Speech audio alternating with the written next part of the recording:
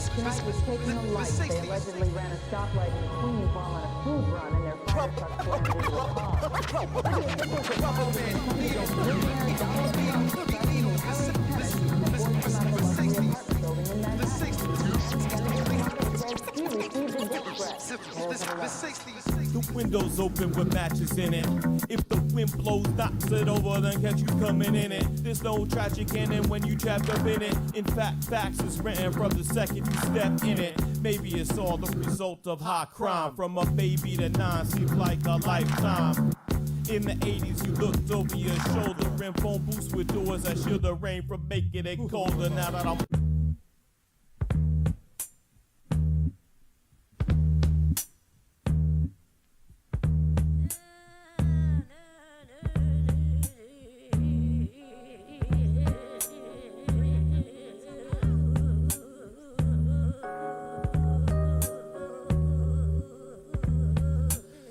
there's always a damn second thought. It's never easy. A clinging, gripping essay that in no way represents the opinions of my employer. Hallways and foyers, keep the light on. We're all coming home late. At this rate, that's all that I can say. Why risk fate? Why join debate and get in the way? That sounds like a way to forsake pay. In this version of the future, income is heavily monitored and controlled. Driving like you stole it, regardless the component. Fringe of the fringe, the northeast of any state is the beginning and the end. Desperately seeking heaven.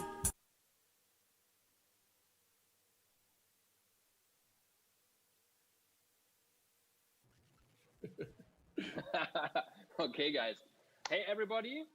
Welcome to the Wynwood Mural Fest Culture Brunch. It's hosted by Urban Art Now. And I send greetings from Amsterdam. And a big thanks and big up to you for joining us today. Today we have a special talk together with organizers from some of the leading events and projects in the street art scene. I call it the Corona Chronicles because I want to talk today about what this year brought for us, all the experiences, obstacles, and challenges. And of course, we want to look out what's going to happen next year. So I give the word to Lars from Copenhagen. The stage is yours, bud. Thank you, Marcus. My name is Lars. I'm from Copenhagen. I am the director of Institute of Urban Art in Copenhagen. We do all kinds of creative painting projects. I'm also the curating for Roskilde Festival, which is one of the biggest music and arts festival in the world. And I'm also hosting a TV series called The Rise of Graffiti Writing on Arte TV. So nice to meet all you guys. I look forward to having a nice little conversation about our life in this COVID world. I'm sorry I couldn't be in Miami.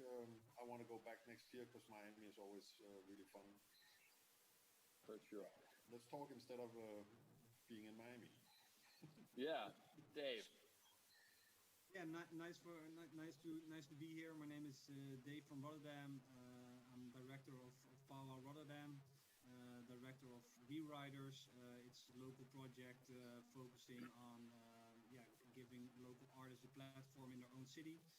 We do festivals. We do a lot of education stuff. And we do a lot of graffiti and street art things as well. So we try to combine both scenes. Nice to be here. Top. Lee from London.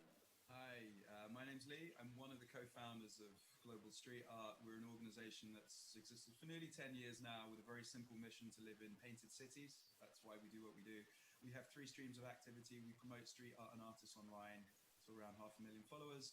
We have a very big community side that's organized now over 2,500 legal murals in London since 2012.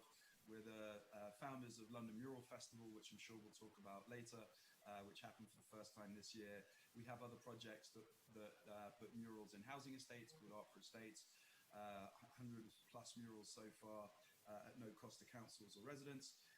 And then we also have our agency, which works with property developers, landlords, painting large-scale murals. We have a hand-painted advertising function, so that's Global Street Art Agency, which is quite separate from the art function. But we really enjoy working within. We ecosystem of amazing artists locally, and that inspires us and drives lots of what we do. And we've sought many ways to try and make it sustainable over the years. And it's a pleasure to be here today. Thank you.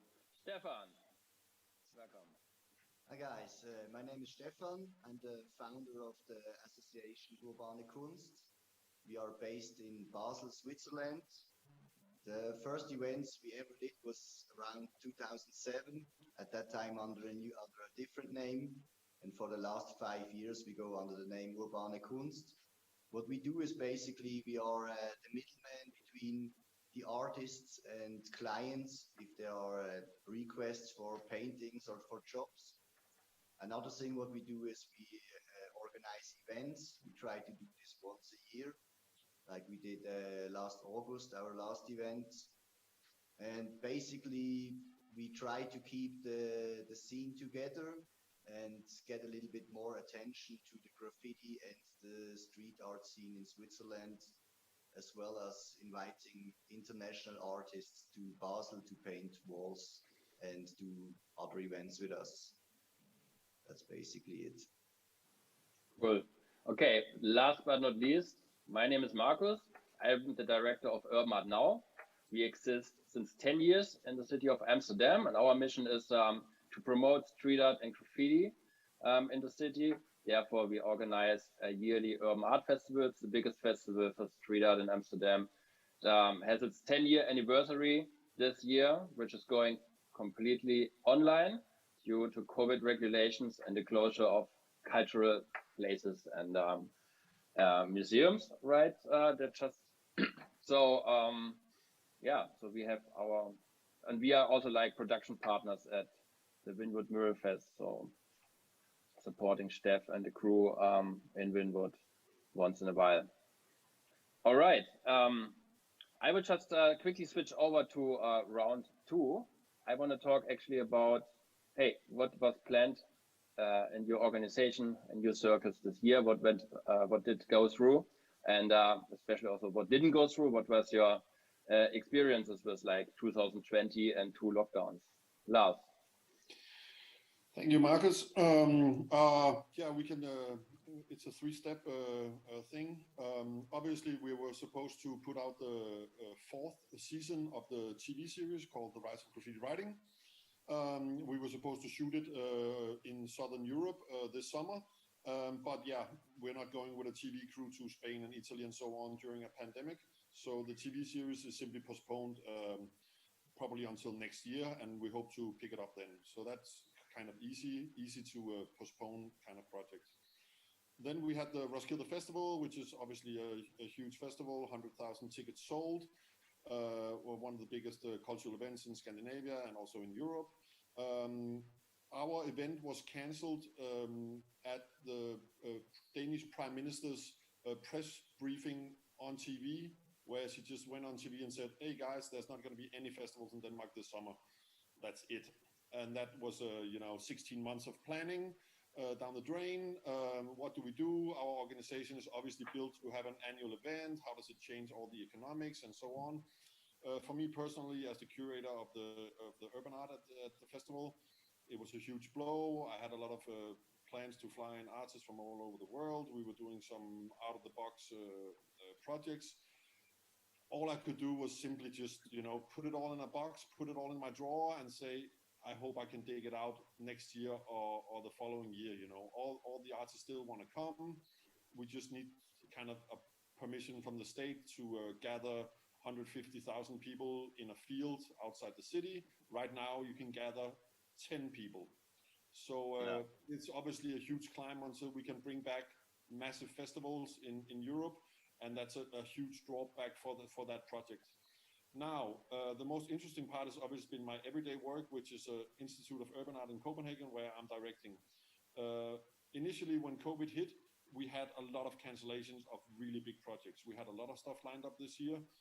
We lost a lot of budget and a lot of big projects that we had put a lot of planning into. Now, what was interesting was that really soon after this first wave of cancellation, a lot of new opportunities opened up. Obviously, people thinking that, hey, painting can be done in a COVID world. So you can definitely get together, not physically, but you can get projects together where you paint. Painting is not really something you need to be a lot of people at the same place. People can still enjoy it, and so on. So a lot of really quickly, a lot of new opportunities came about. And since we are in what some people would call a very socialist world, we have a government that actually looks out for regular people. We were able to get a lot of support from the government in terms of our business, in terms of getting money and grants. And the government also really quickly put out a lot of cultural grants to try to make society better over the summer, which means that for once, there was actually a lot of grants and a lot of applications to be put in where you had a realistic chance of getting cultural money from the state to your urban art projects. So we, over the summer, did a ton of workshops involving young people, of course, within COVID distancing and all this Regulations, stuff. We also did a bunch of cultural art projects involving professional artists. So you could say that it was not something that I saw coming, but we ended up having the state as kind of our biggest economic partner for doing a lot of really nice, really not non-commercial, pure art projects over the whole summer. And that's been really nice. I know that that's not the situation in every country around the world, but I definitely feel that that art and especially what we do, painting in all kinds of sizes and shapes, is really adaptable to the COVID world. The only thing you can do is get huge crowds to look at them at the same time, but you can definitely put them out there and you can definitely do them. So yeah. Cool. Now what I'm mostly looking into that I don't have the answer for is how does all this economic turmoil going on in the world, how will that affect all the budgets and stuff that we will have in the next couple of years? Because obviously some people are now not making any money and a lot of people are making new money. And I'm thinking a lot of money chains will be broken for the future, and that's maybe one thing we should talk about eventually in this talk. Yeah, we do it in round 4 later. So, but yeah, we are live. We're doing projects in another way than we used to, but we're definitely out here painting a lot, emptying a lot of cans. That's for sure. Perfect. Thanks. Dave, what's up in Rotterdam? I can really relate what Lars is saying. Like in the first lockdown, a lot of projects got cancelled. Then after that, we saw a lot of opportunities coming by. So we did a lot of new projects because a lot of people were realizing that okay, we can do festivals, we can do big events, but we can make art in the streets, for instance, or we can have art inside. Or digital. So we were very busy. And yeah, for Powwow, it was very special because we were very positive, like from day one, that we could continue the festival. Because, the most important part of Powwow is painting outside, of course. And at the last day of the week of the Powwow Festival, we have like a big festival to celebrate all the murals, and we have like a festival in a big park with music stage and dance stage and that kind of stuff. But we said to each other that let's stay positive. Powwow, we will find a solution to get it done. I mean, it was hard, of course, because we had to think about a lot of scenarios. We had like 10 scenarios to think about in COVID times. But after like 6 months, we decided, okay, if we really want to continue the festival, we need to work with local artists only artists from the Netherlands. So we had like our whole lineup was done. It was very internationally. We wanted to book the tickets and the hotels, and then we said to each other, okay, just to be in control, to continue, we need to switch that and go to Dutch artists only. So we did that, and it was a big success. And we were very lucky as well, I think, because our festival was in September. Like in the summer, there were more possibilities here in the Netherlands to do things, and we came up with a construction that like the whole week we had like the murals outside. That wasn't a problem. We have a special application for your phone that you can visit all the murals with all the information, so you can go whatever time you want to go. So it's not a tour that you need to book. So that was like perfect. And at the end, we had the festival area, but without music, because that was the whole thing from the government. They said you can't have live. So we had to cancel like the big music stage, but to be honest, it was, I think, the only real festival in the Netherlands that went on, because on that day, like in the park, the park was open. Everybody could sit in the grass, everybody could get something to eat, get something to drink, and watch art. We had one of our programs is 20 vans, 30 cans, so people can submit their own vehicle for for big paint job. So everybody was totally focusing on that program, and I think like in the whole week, I think we had 6,000 or 7,000 visitors during the whole week. And it was fine. Everybody was was understanding the rules, and we had a blast. We had a great festival, very good reactions, and we were very lucky because the festival was in September. Because 2 weeks later, a new lockdown was there in the Netherlands. So when the festival was like 2 weeks later, then it couldn't went on. So we were very happy with the result, and and we see a lot of new opportunities as well. I mean, like in this time now, we just got like a go for 2 new projects, and that needed to be realized like this year. So cool. Let's talk about this in the next round, actually. Sorry? And let's talk about these opportunities in the next round, because I think that's like a really important part also of what's going on. No, but congratulations also for the powwow. Anything else that happened? So powwow was the only festival. Well, that I mean, powwow was really the only festival that we do. But just like what Lars was saying, we did a lot of workshops as well. We did a lot of tours. We did a lot of murals in the last month as well. So I mean, it was cool. it was crazy. A lot of people losing their jobs, and we had a lot of cool projects that we could do. So it's kind of crazy, but we're very happy, of course. But it's crazy. Cool one. Lee, what's up in London? I mean, so COVID had a number of different impacts on us this year, the same as it had for everyone else. And some of Lars' experience and Dave's experience really resonate with us. I kind of split how I think about it in terms of what happened with commercial projects, how that impacted London Mural Festivals, events, funding, press, and timing. So, when COVID first hit, because of the part of our business is around outdoor advertising and painting murals for brands, that all stopped completely. And so all of a sudden we have a 10-person team who has a lot more time to help focus on London Mural Festival, which was being driven by us. And that focusing for us, the timing was actually really lucky in that respect.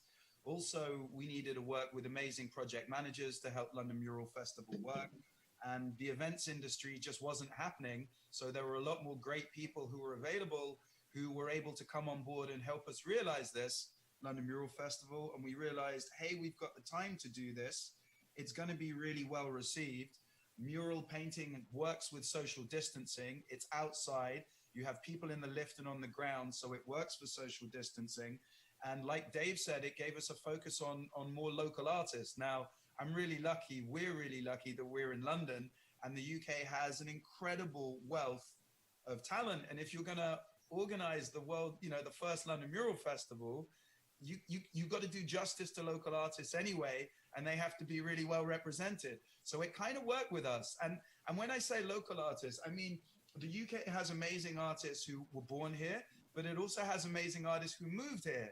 So because London's so international anyway, you can still have an amazing international mural festival just by working with people that live in London anyway. But of course, some people came over too. So, you know, we, like I said, and I keep saying it again and again, I'll say it until the day I expire, but the mission has always been to live in painted cities. So we really wanted to focus on the painting.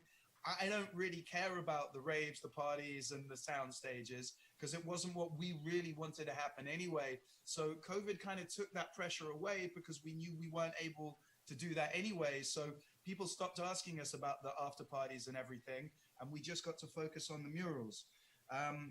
So, you know, funding was a challenge. We were the main sponsors, but we had other sponsors. Some people fell away. We had no government support. But because of the way that our experience has been with funding in the UK in the past, we've never relied on government support, and we've never really had any. So we tried to bootstrap the festival, where we did have like individual property developers and landlords that paid for a wall. Any money that could have made went straight back into the festival. We put our time into it and we funded it ourselves. And it provided work for like lots of ground staff, videographers, at a time when there was so little other work anyway, that was kind of appreciated. The festival helped look out for people that way. We've also tried to buy art from lots of artists, and just find funding. Where there was funding for a wall, artists were really well paid, but where not, we try to buy art or do something kind of creative and clever to just try and make it work for everyone. And it was a challenge. It was a challenge, but we got there in the end. I think the value of art changes depending also what's happening in the broader environment. So what I mean is, like, COVID happened this year, but also this was a year of Trump and Brexit and Black Lives Matter and stories of racial inequality and fucking climate change, excuse my language. But any one of those stories is so dense and hard to come to terms with in itself, that a year of such challenging news meant that when people were doing positive things, it was so well received. So we were featured in broadcast media more than 10 times. It reached like up to 1 billion people through potential press reaches. It did really well on social media. And we weren't expecting that, and it took us by surprise, but of course it was really welcome. And the artists that put in so much time and effort to paint really deserve that as well. So we kind of felt at some points, like at the end of the news, it was like, oh, and now something kind of not terrible. And so people received it kind of well. So we were grateful for that. And we just let the event snowball a little bit in itself. So we were able to work with 200 artists. We painted more than 50 large scale walls. At one event, we had a 100 artist jam, but because they were graffiti pieces around a 400, 500 meter kind of construction site, everyone had barriers between their spaces. So even that could work under social distancing. So it felt really strange to kind of go against the grain a little bit. But it was well received because of it. You know, we did lose funds because of it. It certainly wasn't all positive. COVID made things really challenging, but it also meant that the timing was in some respects, I wouldn't say better, but that we were able to carry on meant it was kind of well received, especially.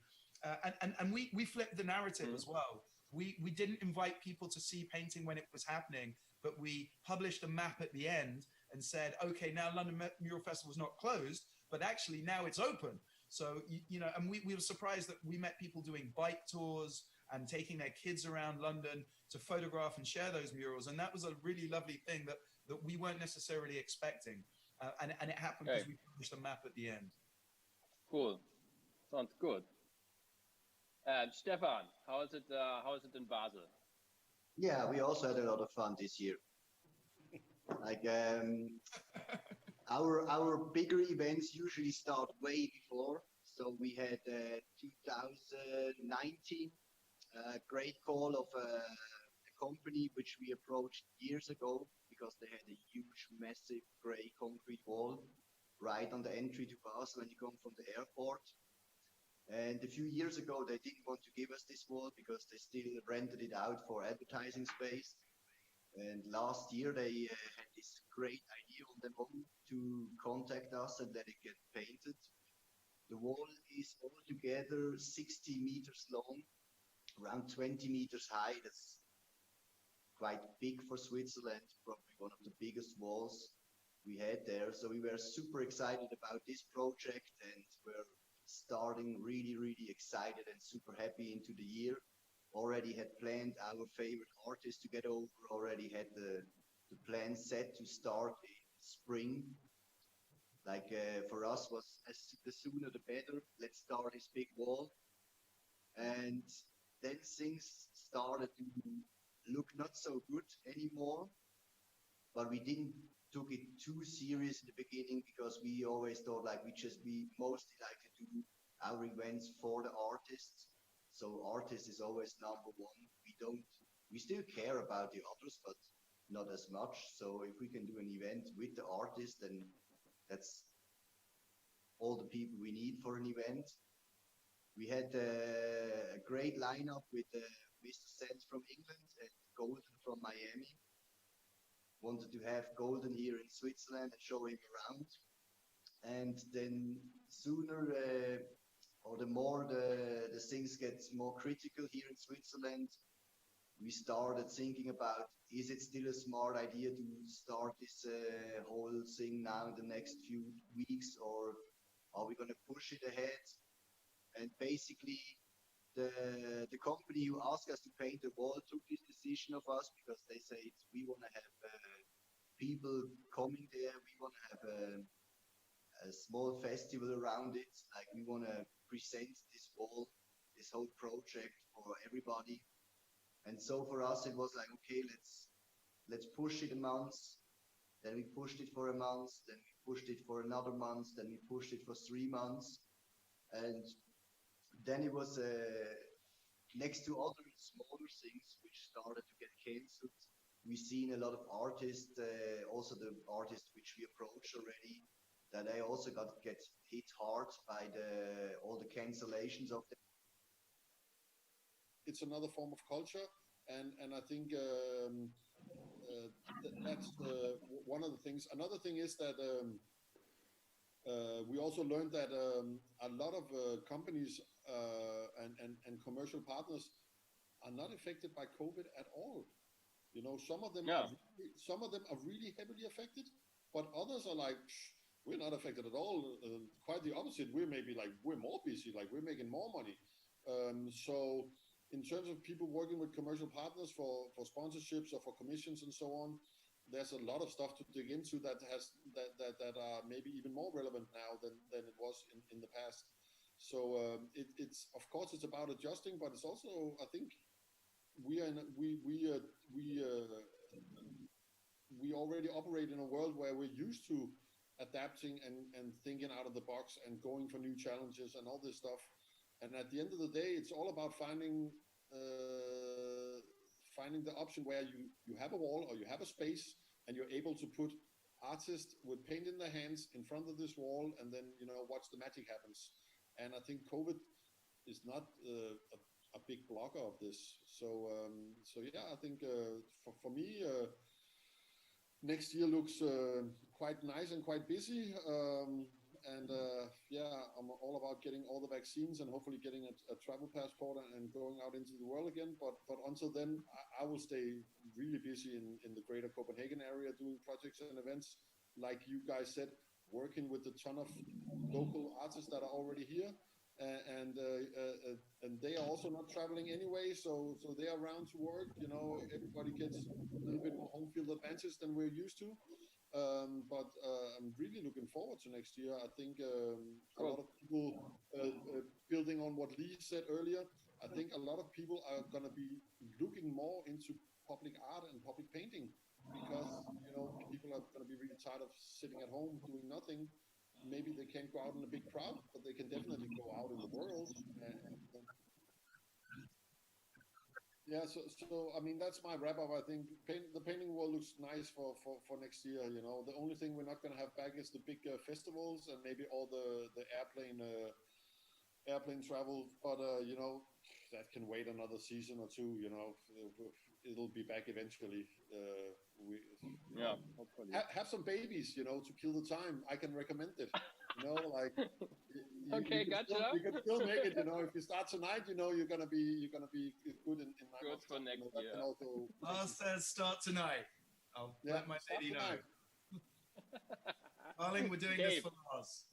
Yeah, we do. Exactly. Yeah, Lars Dave, really, he really has good ideas. So, no, but like the most important lesson for us, it was like there's always a way to get your festival done, in my opinion, right? I mean, we had a lot of options, and eventually we choose one of the options that were really realistic at that time. And we really are positive as well for the next upcoming edition. We have the dates already planned, 5 till 12 September. The location of the festival, you know, it's done already, and now we're really continue like we always do, and hopefully we can have international artists as well. Yeah, for 2021. And what we are really looking into now are maybe a certain area in Europe that artists can always travel. So they can take the car, or they can take the train, or they can take the bus, or maybe the plane. But looking into countries that is not impossible to travel to Rotterdam. So Yeah. we are really looking into that right now, and hopefully, our plan is to to submit this year all the artists for upcoming edition, and hopefully we'll be able again to make a connection between Dutch artists and international. And yeah, hopefully we can do the music festival. I know a lot of festival organizations in the Netherlands are thinking really out of the box with a lot of different COVID-proof editions. So I think with the vaccine coming, hopefully we'll be there in time, and hopefully it will be good. But there are a lot of options, and we are really positive about the outcome. And I think we can do. I'm really positive about the fact that we can do more than we did last year. I mean, our focus will be, of course, street art, but hopefully we can do live music and more gallery shows as well, and more tours, and get more people together. Cool. Lee, what's up in London next year? So learnings and how we'd apply it to next year. It's a really hard question because I don't think we're out of the woods yet. And I'm not sure the dust has settled enough for us to really know the key lessons. And I think it's probably too soon. We're still in COVID. We still have Brexit coming up over here. We're not sure how that's going to affect us for next year. Whenever you organize a big event, you learn a lot anyway. I'm not sure. So we've learned loads by doing London Mural Festival. We realize it shouldn't be every year because it wouldn't be special if it was.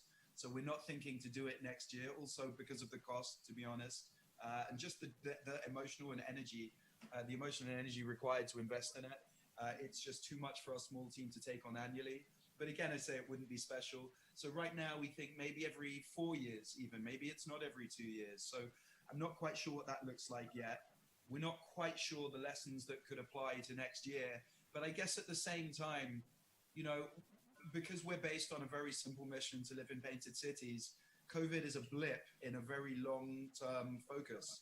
So I'm not going to mistake a clear view for a short distance.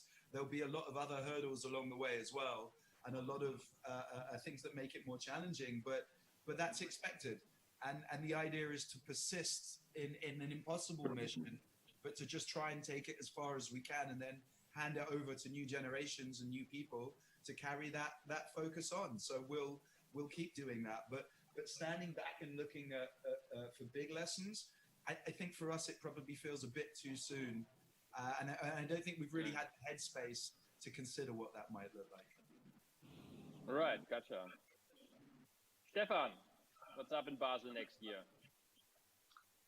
Well, I think we started. What did we learn from this year? Yeah. So what did we... Well, we learned from this year, and what we're gonna take into next year is to look a little bit more around in our closer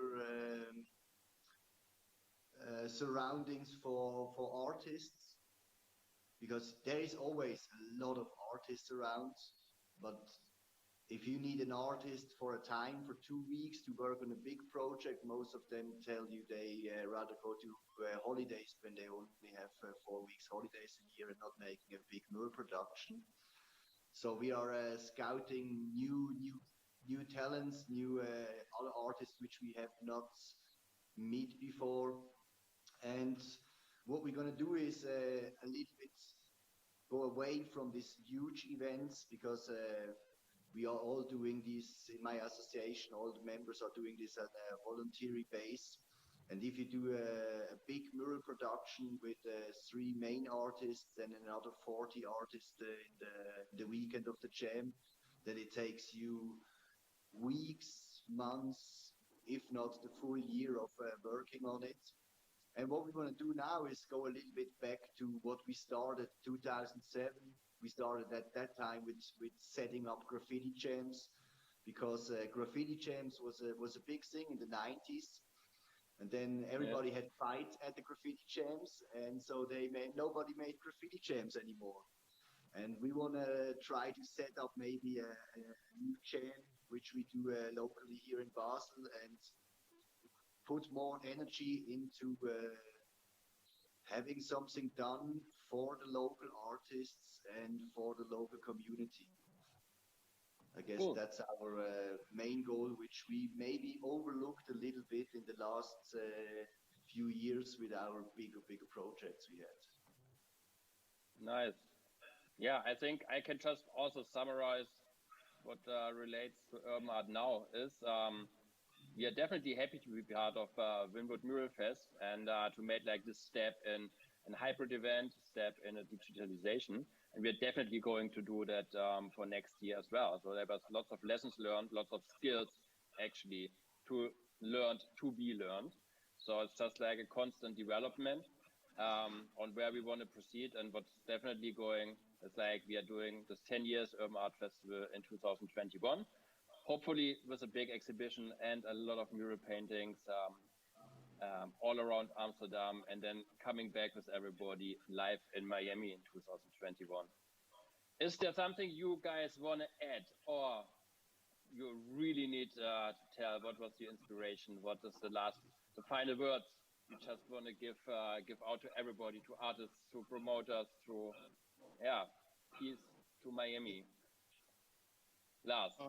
I think one of the main challenges that I find at the moment is actually, it's also, of course, in our subculture, it's a problem right now that we don't have all these events, that we don't have all these jams, that we don't have all these festivals that we are, for the last 10, 20 years, kind of built upon.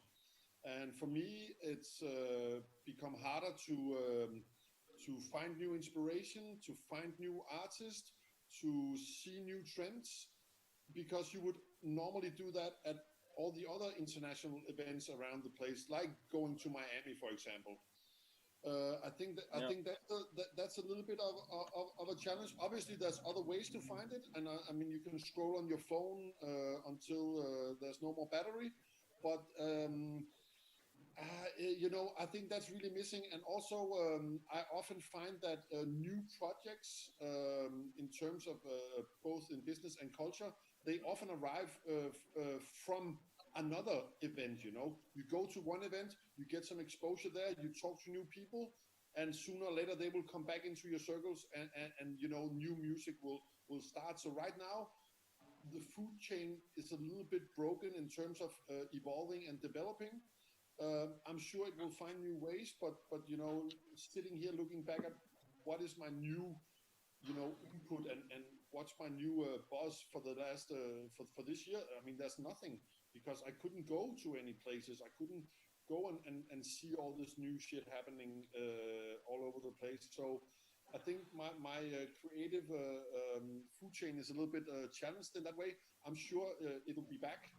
I think this puts even more pressure on events organizers and so on to, make good documentations, make good interviews, work good with social media, do nice after movies, publish books about the outcome of your events and so on, because that's going to be another way of getting it more out there than people, visiting in real life. So that's one thing that I'm trying to find a new way for. And I hope I can go to Miami next year and pick up a lot of inspiration because Miami was one of the key points where I did that. So Miami and America, please come back as soon as possible. Dave. Yeah, I mean, nothing really to add on. I mean, but to keep it like very positive.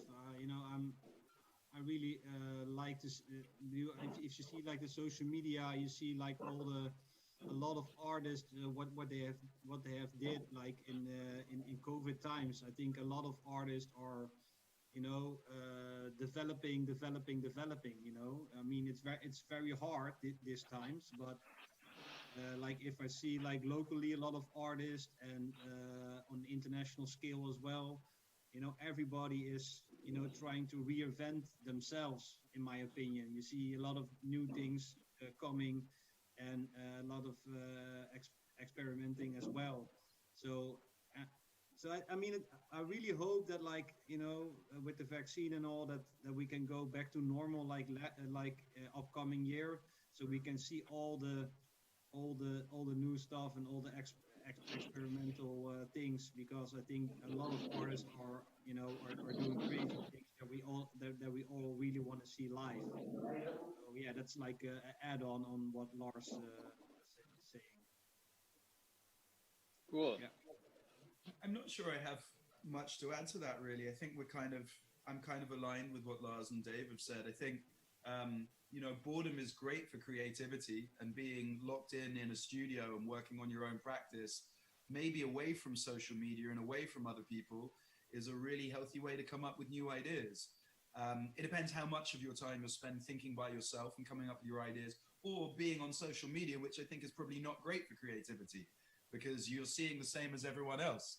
I think if you've got to remember that, first comes adversity. A lot of people have struggled to pay rent. There's a huge economic turmoil. It's been really difficult for so many people this year, and will continue to be in the years to come. For the people, however, who have not been so badly affected and have been able to get through it, the extra time and maybe the boredom or the space to think and work on studio practice probably will lead to new flourishes of creativity that hopefully will be born on the walls and in the gallery shows in the years to come. I think maybe with most people staying at home for such extended periods of time within the UK, it's probably allowed people that don't think of themselves as artists or who aren't professional artists to draw, to sketch a bit more sometimes, depends if you're raising kids, but a lot of people have probably picked up hobbies again, be it music or art that they've not been into for a while because you were on furlough, you didn't have the chance to do it. And I think there's been definitely, what we saw at London Mural Festival was a big appreciation from the public in art. And if that persists because people have had a chance to dabble again themselves, that's not a bad thing either. I think everyone on this call has really pointed out that not what we as organizers or people that know a lot of artists and hang out with artists think about, but the public has been really receptive, and that level of public support might not go away. That would be a really nice thing if, as a result of all of this shit, that there is an increased space for public art and mural art and street art and urban art and whatever you want to call it going forward. So remains to be seen. Cool. Stefan. Yeah, well, what should I say? Not much to add to it. I think it's important to stay positive in this situation. It's a horrible pandemic and people dying on it and people losing their job. But at the same time, I have never seen so much chances in my life for this world to turn around and to go in another direction. I see it even if I go away from the art and I look to my local farm where I go buy my eggs when I go out walking with my daughter. As this pandemic started, I was sold out on eggs from day one to the last day, and people were out. People start think local and act local, and it it's a I see it also as a chance. I kind of like to not see planes in the air. I like the challenge of you have to be on your own now for a year in the studio and not just for months. Like, to be honest, I'm an artist as well. I didn't even recognize any kind of lockdown during the first lockdown because I'm in my studio every day alone and I do my stuff all the time alone. So to all the people who can't get edge, you have to get used to be with yourself and just take away the positive things, because there are so many positive things which come with that whole slowing the world down, so people can start focusing on other things instead of the big bright picture. I would also love to be in Miami. I'm now in a place which is 0 temperatures, except today. 1 year ago, I landed in beautiful Miami with 30 degrees. But maybe it's just good that nobody can fly to Miami this year, and we give this world another year of living or something like that. Yeah, nice. I think I don't have anything to add. I would just sign everything you said, guys. Thank you so much for joining this talk. I think it was really super interesting, also super inspiring. And we just look, just go positive in 2021. This was the Culture Brunch at Wynwood Mural Fest, hosted by Urban Art Now. Thanks, guys, and see you on the street in Miami next year. Peace. Thank you, Marcus. Thanks all. Hey. Bye.